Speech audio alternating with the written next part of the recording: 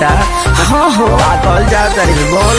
Hi fi रंगदार style घायल कोइले बात तोहार समाइल वादा करा तनी रहब शरण में कोनो फायदा नहीं है। एगो लड़की बसल दिया मन में जवन संगे पढ़ले ट्यूशन में हमर भाई होई गोली ओकरे कोन में जवन संगे पढ़ले ट्यूशन में। समझ में आइल? पागल भइल बड़ा का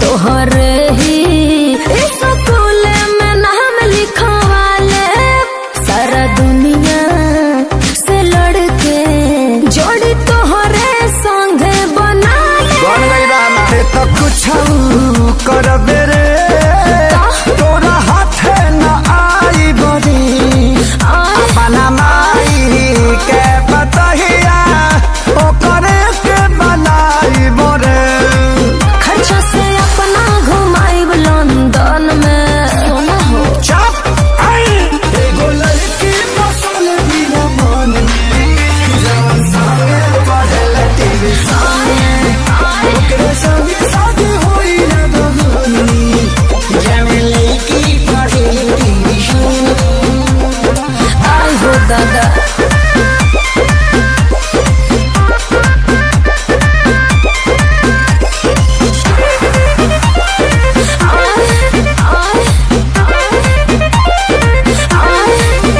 हमरा से सुनार ना होई चूना मुनिया बना रही। भल साटे माथे पर बिंदी चाहे